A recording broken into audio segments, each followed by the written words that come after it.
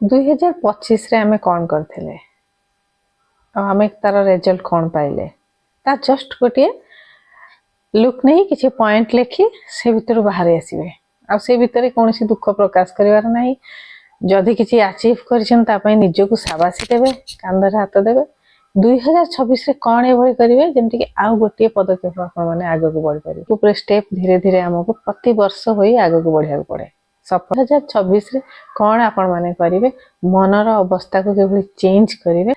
नमस्कार आशा करछि आपण माने भलर थिबे आ सुस्थ थिबे। आजिर वीडियो रे हमें जानिबा संपूर्ण भाव रे मन को किभଳି हमें चेंज करिवा। यार पूर्व वीडियो रे मो मनर प्रवृत्ति ऊपर मु डिस्कशन करथिली हमर मनर प्रवृत्ति को ताको किभଳି बैलेंस रखिबा किछि पॉइंट फॉलो करिबा किछि टिप्स फॉलो करिबा एवं किछि लाइफस्टाइल रे हमें इंक्लूड करिबा तो फल मन को हमें पॉजिटिव रखि परिबा।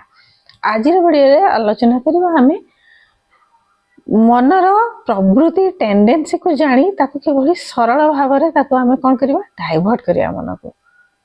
देखो तो गोटे पिला को हमें मारी की केबे खई परिबा नाही दी थापड़ बजेले से खानाटी खाइ दो से न ताको हमको बहुत प्यार रे खोइबा पई पड़िबो बुले बुझे खेले ताको खोया को पड़े से भली हमर भीतर थिबा मनटी होची गोटे छोट पिला ताको हमें जबरदस्ती अकड़ी की केते दिन रखि परिबा जदी भी रखि परिबा किछि परिस्थिति आसीबो तापर से ब्लास्ट हे जिवो किछि परिस्थिति आसीबो किछि समय परे से मनटी ब्लास्ट हे जिवो तार उल्टा दिगरे गति करिवो।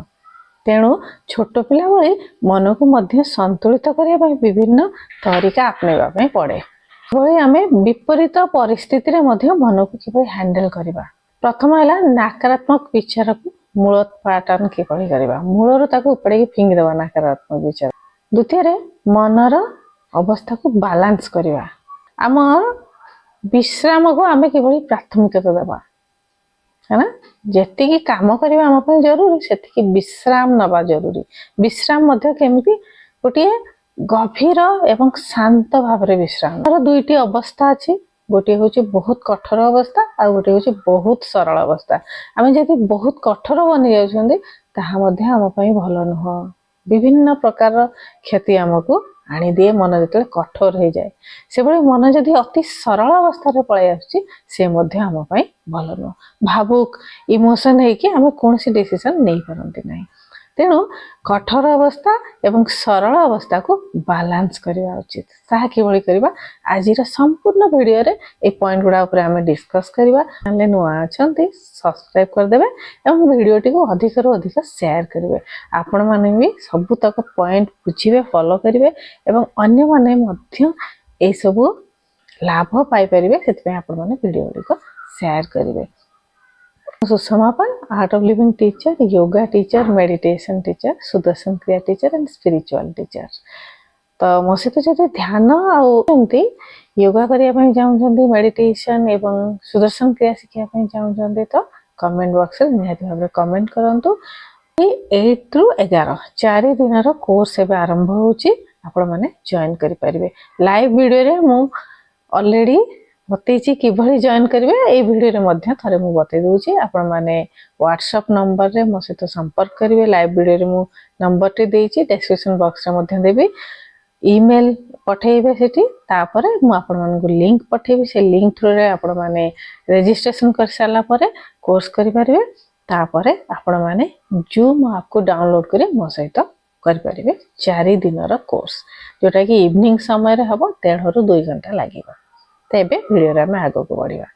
प्रथम हैला मन को वर्तमान क्षण रे रखिबा उचित काहे कि वर्तमान क्षण रे रखिया उचित ए गोटे बहुत ही सुंदर जिंस काहे कि ना वर्तमान क्षण ही हेउची हमर फ्यूचर को बनै थाए।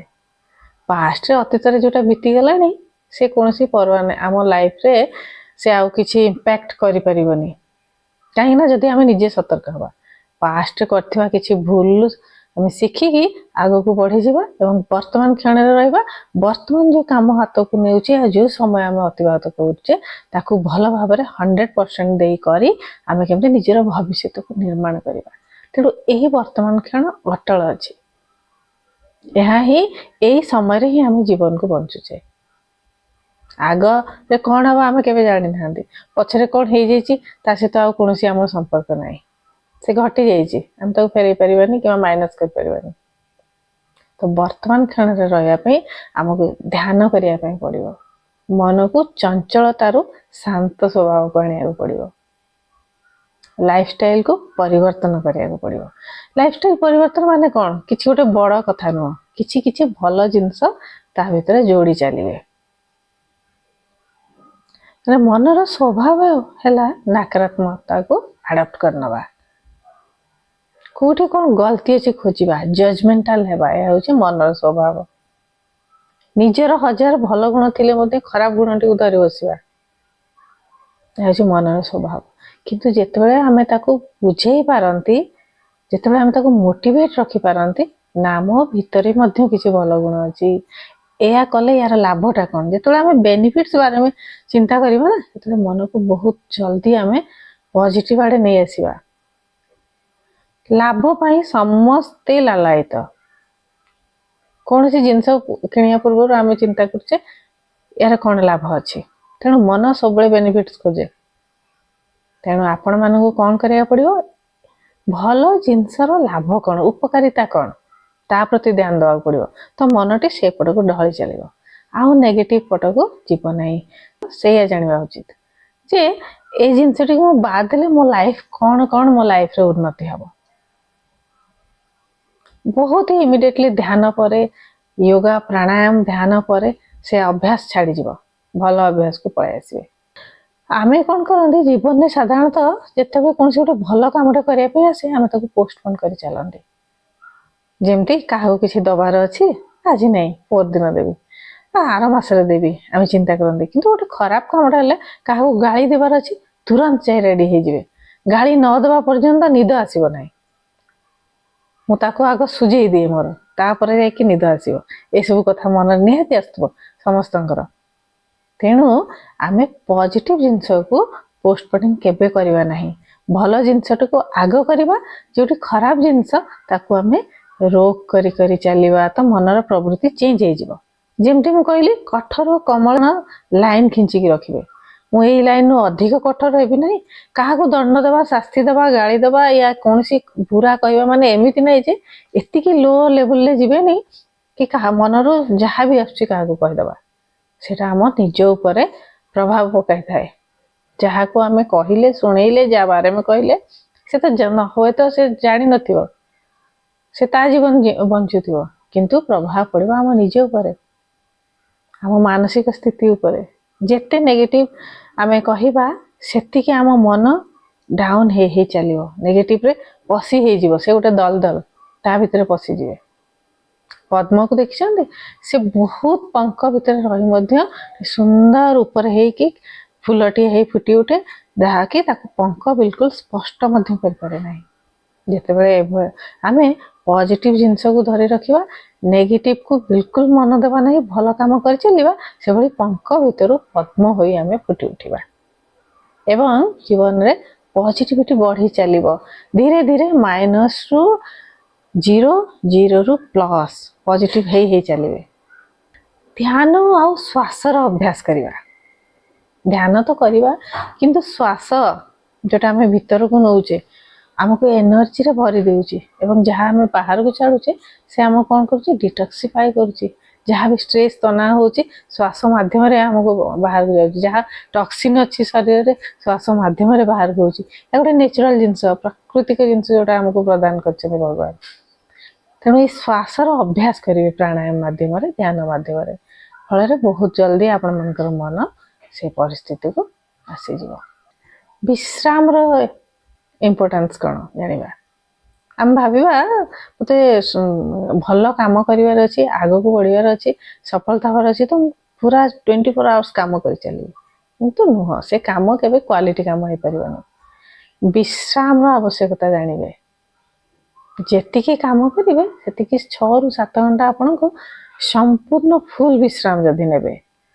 ଫୁଲ ବିଶ୍ରାମ କେମିତି ନା, ନିଦରେ ଶୋଇ ଶୋଇ ବେଡରେ ପଡ଼ି ପଡ଼ି ବିଶ୍ରାମ ନେଉଛେ, କିନ୍ତୁ ମନ କିଛି ଅନ୍ୟ ନେଗେଟିଭ ଜିନିଷରେ ପଶି ରହିଛି, ଚିନ୍ତା ହେଉଛି, ନିଦ ଆସୁନି, ସେ ତାକୁ ବିଶ୍ରାମରେ ଗଣତି କରାଯାଏ ନାହିଁ। ସେଇଠୁ ଷ୍ଟ୍ରେସର उत्पन्न होता है तनाव उत्पन्न होता है जो फुल विश्राम सब चिंता को छाड़ दे भल भाव ध्यान करी गोटे गभीर निद ने से शरीर और मन हिल हो जाए तो काम भल भाव करें तो यह करने आपण को आगु टिके योग निद्रा करिया को पड़िबो एवं ध्यान करिया को पड़िबो योग निद्रा मु आपण को आगो वीडियो रे जो भी वीडियो गुडी को मु अपलोड करबी ता भीतर मु योग निद्रा मध्ये आपण मन पे अपलोड करबी केमती करिवे ता संपूर्ण भाव रे सिखिबे जो मानकर निद्राहीनता प्रॉब्लम अछि एहा को करि मध्ये से भलो होई परिबे मन रे गोटे सबले गोटे अवेयरनेस सजगता एवं स्पष्टता क्लैरिटी आनिबे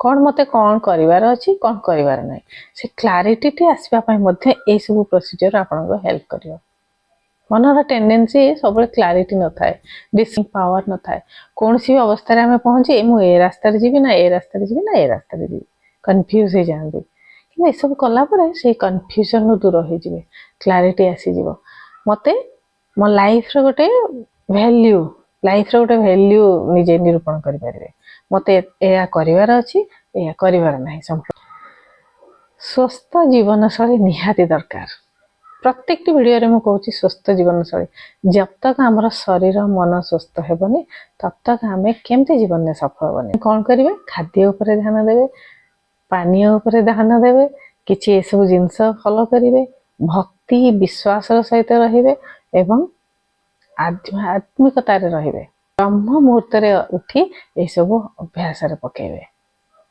आ ए सब अभ्यास करिया पई मध्ये हमको खाद्य ऊपर ध्यान देबा जदि हमें सात्विक आहार न नबा ए सब जिंस करिया पई हम मन रे इच्छा ही हेबो नाही तेणु आहार रे ध्यान देबे प्रोटीन युक्त खाइबे सुस्थ रहिबे 2026 से प्रण नियंतु ए सब टिप्स को फॉलो करिवे आज वीडियो मैं ये एंड कर गोटे नूतन वीडियो सहित मुझे स्टे हेल्दी स्टे हैप्पी।